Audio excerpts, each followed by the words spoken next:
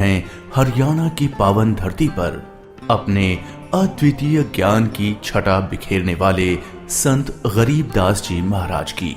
संत गरीबदास जी महाराज का जन्म हरियाणा के जिला झज्जर गांव छुड़ानी में सन 1717 में जाटों के एक प्रसिद्ध धनखड़ परिवार में पिता श्री बलराम जी और माता श्रीमती रानी देवी जी के यहाँ हुआ था। गांव छुड़ानी में गरीबदास जी महाराज का नानका है। गरीबदास जी गांव करौथा जिला रोहतक हरियाणा के रहने वाले धनखड़ गोत्र के थे। इनके पिता श्री बलिराम जी का विवाह गांव छुड़ानी में शिवलाल सिहाग की बेटी रानी देवी से हुआ था। श्री शिवलाल जी का कोई पुत्र नहीं था, इसलिए श्री बलराम जी को घर जमाई रख लिया गया था। गांव छुड़ानी में रहते 12 वर्ष हो गए थे, तब संत गरीबदास महाराज जी का जन्म गांव छुड़ानी में हुआ था। श्री शिवलाल जी के पास 2500 बीघा जमीन थी, जिसके वर्तमान में 1400 एकड़ जमीन बनती है। उस सारी जमीन के वारिस श्री बलराम जी हुए तथा उसके पश्चात उनके इकलौते पुत्र संत गरीबदास जी उस सर्व जमीन के वारिस हुए। गरीबदास जी बचपन से ही अन्य ग्वालों के साथ गौ चराने जाते थे। कबलाना गांव की सीमा से सटे नला नामक खेत में 10 वर्ष के बालक गरीबदास जी जांडी के पेड़ के नीचे प्रातः 10 बजे अन्य ग्वालों के साथ जब भोजन कर रहे थे, तभी वहां से कुछ दूरी पर सत्य पुरुष कबीर साहिब जिंदा महात्मा के रूप में सतलोक से अवतरित हुए। गरीबू, सूरज सर पर आने वाला है, चलो हम सभी भोजन कर लेते हैं। हाँ चलो। हाँ, चलो चलो चलो उस जांडी के पेड़ के नीचे बैठते हैं। आ जाओ चलो चलो चलो। अपनी पोटली खोलते हैं, देखो तो सही मेरी पोटली में क्या है आज। लो गरीबू, तुम भी खाओ इसमें से। हाँ।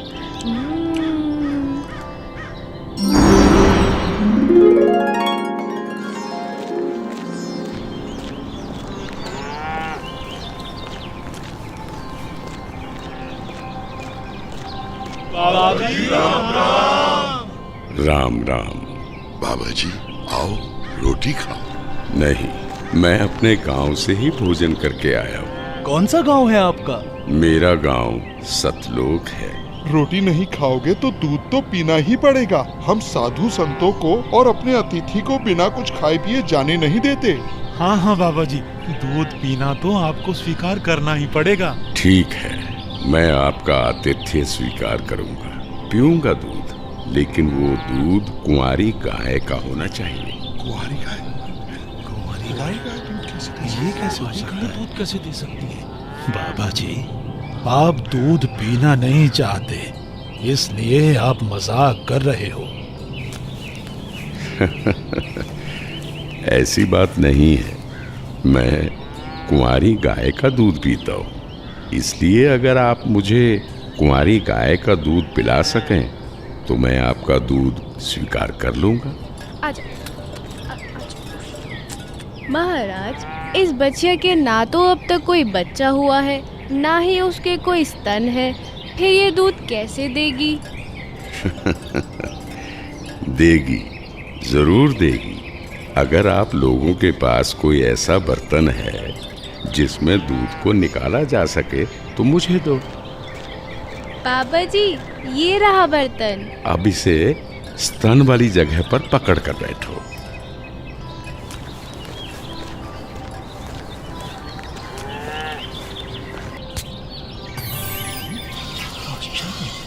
घोर आश्चर्य, ऐसा कैसे हो सकता है? कुंवारी गाय दूध दे रही है। ये लो महाराज जी, ये तो आप ही का चमत्कार है। कृपा करके आप दूध पी लो।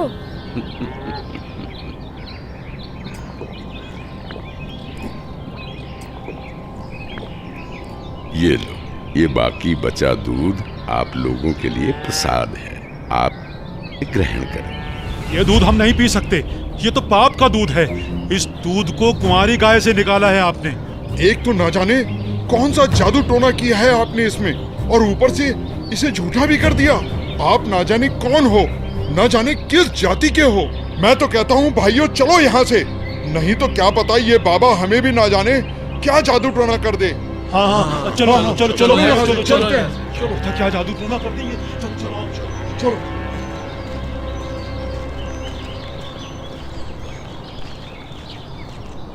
लाओ भगवान, ये प्रसाद मुझे दे दो, फिर ना जाने कब आपका बनाया हुआ प्रसाद नसीब हो।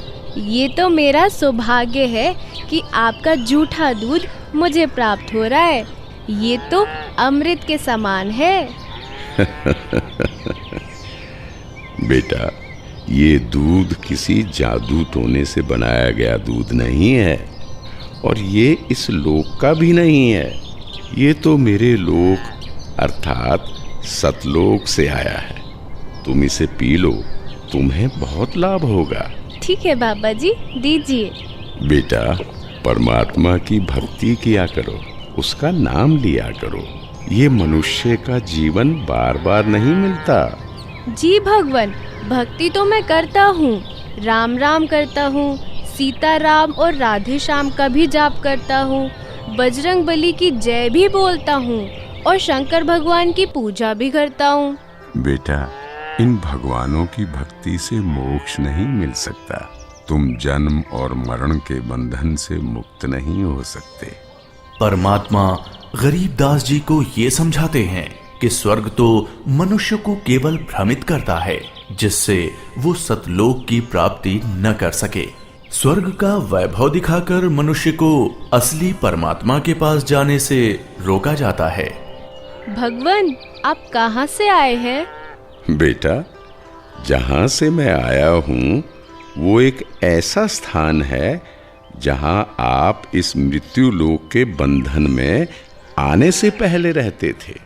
बाबा जी, क्या मैं इन सभी लोगों का अनुभव कर सकता हूँ?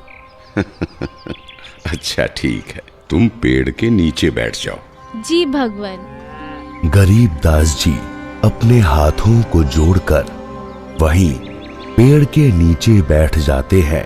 जिंदा बाबा के रूप में आए कबीर परमेश्वर जी बालक गरीबदास को नाम दीक्षा देते हैं और गरीबदास जी के सर पर हाथ फेरते हैं। जैसे ही बाबा जी ने हाथ फेरा, गरीबदास जी की आत्मा बाहर निकली। गरीबदास जी की आत्मा ने बाबा जी को प्रणाम किया। प्रणाम भगवान। चलो गरीबदास। परमात्मा गरीबदास जी को गणेश का लोक, ब्रह्मा का लोक, शिवलोक, विष्णु लोक, ब्रह्मलोक, धर्मराय का लोक, सभी जगह ले जाते हैं। फिर परमात्मा गरीबदास जी को 12वें द्वार के पार असली सतलोक में ले जाते हैं। इधर गरीबदास का शरीर उस पेड़ के नीचे बिना आत्मा के है। वो उसी मुद्रा में बैठे हुए हैं जैसे उसे छोड़ कर गए थे। अरे गरीबू, उठ ले भाई, आजा, अपनी गायों को संभाल ले, तेरी बारी का समय हो गया है। अरे भगत जी, खड़ा हो ले। अरे अरे, इसे क्या हुआ? अरे गरीबू, क्या हुआ तुझे? उठ क्यों नहीं रहा? अरे सुनो, अरे सुनो, इधर आओ, सभी इधर आओ। देखो गरीबू को कुछ हो गया है। हे भगवान, ये क्या हो गया? हे भगवान, ये क्या हो गया? गरीबू, भागाओ भागाओ, गरीबू मर गया, मर गया। हे भगवान, ये क्या हो गया? वहीं दूसरी ओर गरीबदास जी महाराज की मृत्यु की खबर जैसे ही छुड़ानी गांव में पहुंचती है, तो गरीबदास महाराज के माता पिता अपने इकलौते पुत्र को देखने के लिए खेतों की ओर दौड़ते हैं और अपने इकलौते पुत्र के शव को देखकर रानी मां व्याकुल हो उठती हैं। जब सारा गांव गरीबदास जी महाराज की आकस्मिक मृत्यु से व्याकुल था, तो इस बात से बेखबर गरीबदास जी पूर्ण ब्रह्म कबीर साहिब जी के साथ सतलोक के विहंगम नजारे देख रहे थे।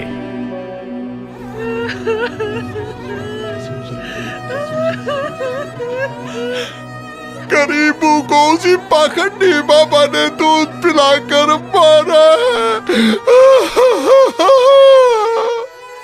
हाँ, उसी ने कुछ जादू टोना किया है। देखो ना, गरीबों की माँ का रो रो कर बुरा हाल हो गया है। हे भगवान, कितना सुंदर लोक है। ये महल किसका है?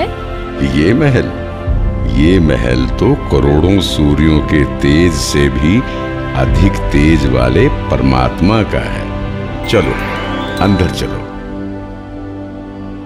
इसका मतलब ये बाबा जी जो मुझे यहाँ सतलोक लेकर आए हैं वो भगवान के सेवक है। असली भगवान तो ये है। मुझे इन्हीं सिंहासन पर बैठे हुए परमात्मा की पूजा करनी चाहिए। आखिर ये कैसी माया है? बाबा जी पर तो खुद परमात्मा ही चावर कर रहे हैं।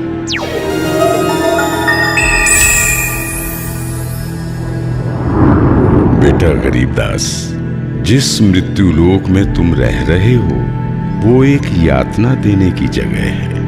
वो तुम्हारे लिए एक कारागार है। वहां कोई भी जीव सुखी नहीं है। चाहो तो नीचे मृत्यु लोक की तरफ देख लो।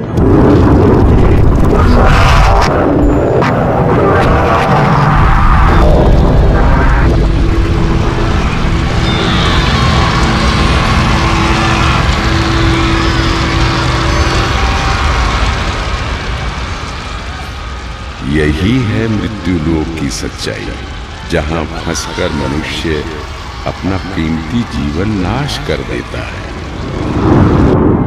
और कर्म कांडों में फंसा रहता है। बेटा, मृत्यु लोक पर तत्वज्ञानी संत की कृपा से मुक्ति पाकर तथा मृत्यु लोक के अलावा यमलोक, स्वर्गलोक, विष्णु लोक, शिवलोक, ब्रह्मलोक जैसे जिन 21 ब्रह्मांड के लोकों में तुम गए हो, वहां से भ्रमित हुए बिना जो भी जीवात्मा सतलोक में आती है तो सतलोक में खाली पड़े महलों में वो बिना किसी भेदभाव के रहते हैं। धरती पर वो चाहे राजा हो, रंक हो, नीची जाति में जन्म हो या उच्च जाति में, यहाँ सतलोक में सबके लिए एक समान व्यवहार है। यहाँ कोई जन्म मरण नहीं है, वृद्धावस्था नहीं है, ना ही कोई बंधन है। बेटा गरीबदास, तुम्हारा स्थान भी यही सतलोक है। बेटा गरीबदास, जाओ, अब तुम मृत्यु लोक में वापस जाओ। परमात्मा, मैं उन सभी लोगों की सच्चाई जान गया हूँ। कृपा करके आप मुझे वहाँ वापस ना भेजो। बेटा, तुम ऐसे यहाँ नहीं रह सकते, क्योंकि जब आप यहाँ से गए तो आप पुण्यों से परिपूर्ण थे। तो इसलिए तुम जब उस लोक में उतने ही पुण्यों से परिपूर्ण हो जाओगे तभी इस लोक में वापस आ सकोगे और एक स्थायी स्थान को प्राप्त कर सकोगे। बेटा, मैं तुम्हें एक ऐसी अनमोल भक्ति दूंगा जिसके साथ तुम नीचे मृत्यु लोक में जाओगे और वहां थोड़े ही प्रयास में पुण्यों से धनी हो जाओगे। नीचे जाकर मेरे ज्ञान का प्रचार करो, सच्चे परमात्मा के बारे में लोगों को बताओ। वहां रहने वाले तुम्हारे सभी भाई बहन यहीं से गए हैं और काल के जंजाल में फंसकर गलत रास्ते पर चल रहे हैं। जी भगवान। इधर दूसरी तरफ गरीबदास जी के परिजन उनके शरीर को लेकर अंतिम संस्कार की क्रिया करने लगे। प्रपट्टन वो परलोक है जहाँ अदली सतगुरु सार, भक्ति हेत से उतरे पाया हम दीदार। बेटा, तुम्हारी तो मृत्यु हो गई थी। नहीं पिताजी, मेरी मृत्यु नहीं हुई थी। जो बाबा जी हमारे पास आए थे वो तो साक्षात कबीर भगवान थे। वो मुझे अपने सतलोक ले गए थे। सतलोक? हाँ, सतलोक जो सभी लोकों से ऊपर है, वही हमारा असली घर है। वहाँ जाकर मुझे पता चला कि कबीर भगवान ही इस संपूर्ण ब्रह्मांड, संपूर्ण जगत के मालिक हैं और वही असली परमात्मा है। बोलो कबीर भगवान की जय। अजब नगर में ले गया हमको सतगुरु आन, झिलके बिंब अगाध गति वहाँ सोते चादर तान। अनंत कोटि ब्रह्मांड का एक रति नहीं भार, सतगुरु पुरुष कबीर है कुल के सृजनहार। और इस तरह कबीर भगवान सशरीर धरती पर आए और न सिर्फ गरीबदास जी को दर्शन दिए, बल्कि उनको सतलोक ले जाकर उन्हें इस दुनिया की सच्चाई से भी परिचित कराया और ये भी स्पष्ट